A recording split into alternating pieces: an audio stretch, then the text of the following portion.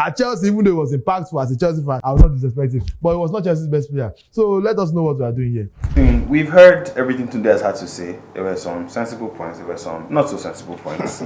But what do you have to say to that, to the last? See, it's about your intellectual capacity to understand the game of football. Welcome back to Crossfire, ladies and gentlemen. As usual, I'm joined with my brother Tosin and my other brother Tunde Young. I'm not your brother, but precious to be here. It's a pleasure to be here. All right, so let's kick it off. So there's a topic that's been ranging on social media for a while now, where people are comparing two of the modern great midfielders, in Kevin De Bryune and Cesc Fabregas.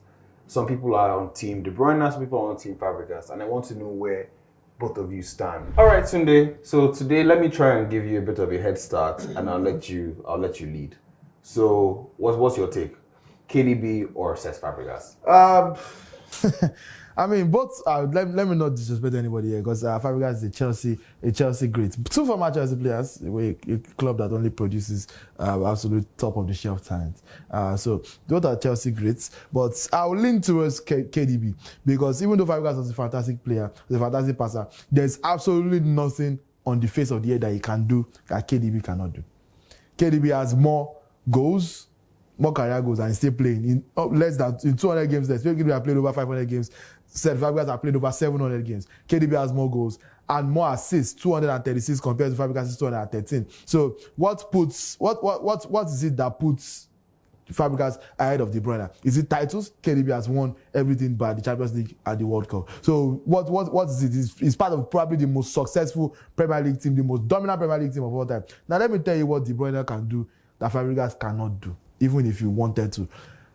Fàbregas will never have the speed and explosivity of Kevin De Bryune, because it's just a God-given ability that the Belgian wizard has. The ability to drive with the ball at a speed that is incomparable to any other midfielder. Fàbregas, I'm sorry, he can progress the ball by passing it long. KDB can pass it long as well. But can Fàbregas run the length of the pitch?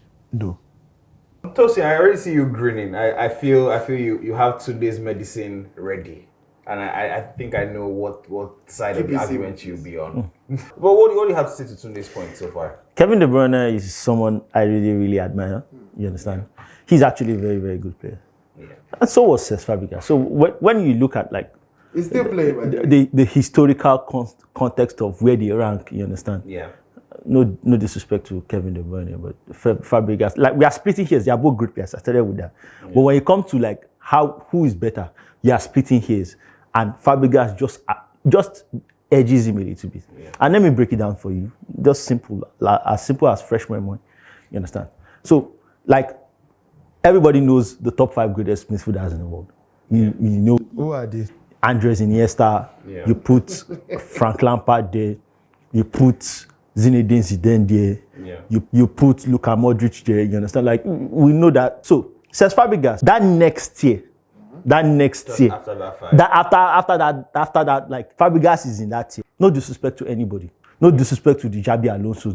And when you look at, because obviously he started by saying, the assist rate, no disrespect, but Kevin De Bryune played a little bit advanced. He started his midfield. There was a time he was actually even used a slash winger / false 9 / supporting striker / attacking midfielder. He later evolved to a kind of a free 8 role, you understand? Yeah. But when you look at the dexterity of Cesc Fabregas, you understand, him controlling the game, you understand, from mostly, you understand, a central midfield position.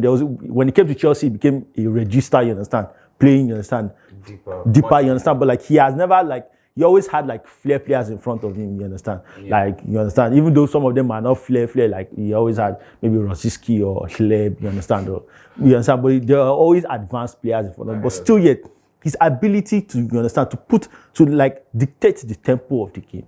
You understand? If you say who is more productive, you understand? Who is more productive overall?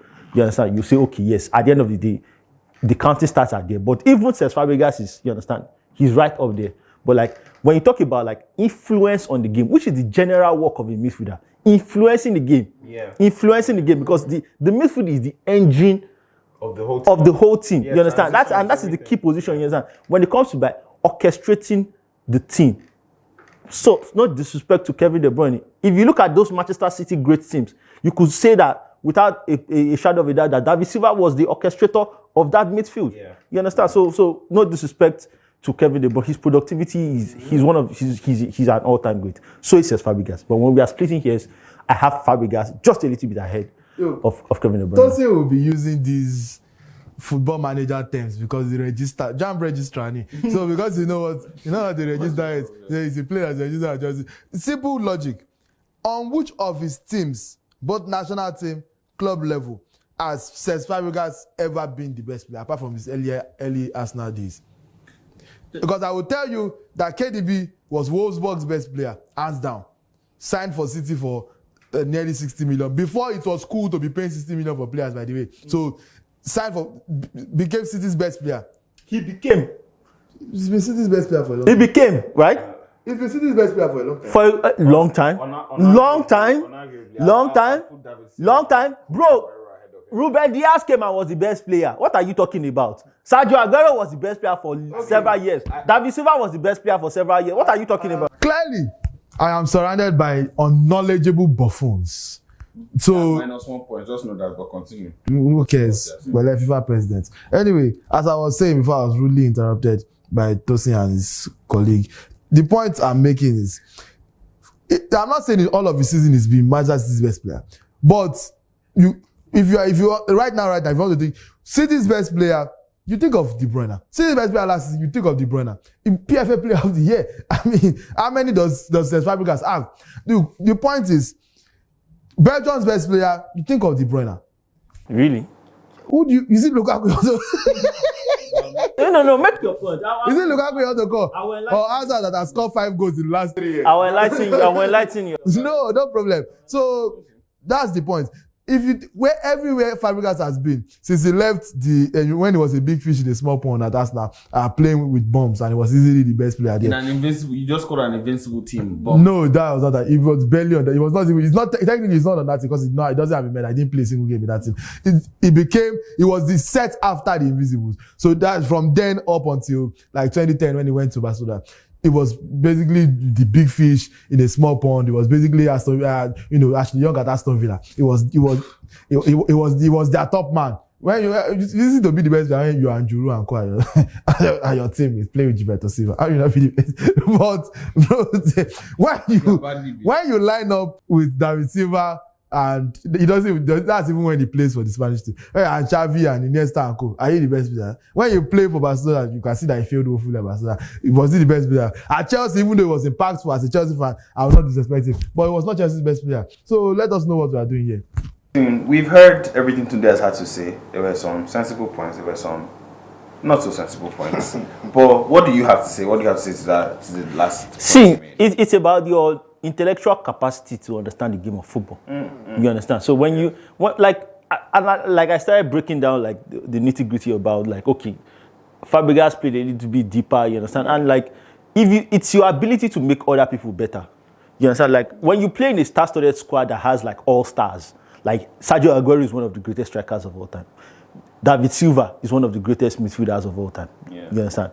You put Kevin De Bryune there. Look at now, he's playing with Erling Haaland, one of the greatest strikers. Like, it's easier to like, you understand? Like, Haaland is one of the greatest strikers. Like, in this current generation, you understand? Like, when you put that kind of like Kyle Walker, you understand? You put that nitty gritty of like Fernandinho, you understand? You put that combination together. Your point. You look at Cesc Fabregas. See the way he uplifted the raggedy legs of Gilberto Silva. Turned Rosiski. Cesc Fabregas' most impressive project is actually Sami Nasri. He made Sami Nasri look like a competent footballer. That Manchester City even had to go and get it. They didn't know it was just a fugazi. You understand? But so like it's your ability to make people better. People say he struggled at Barcelona, but when you look at like, Barcelona had like, and I told you, Barcelona had the greatest midfielder of all time.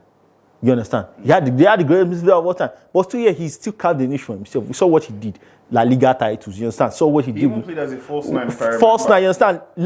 Was the spearheading point of attack for that Spanish team that won back-to-back Euro championship. So no disrespect to whatever Kevin De Bryune is going to do in his career, you understand? But like at the end of the day, we're talking about like your influence on the game, which is controlling the tempo of the game, and your influence on others.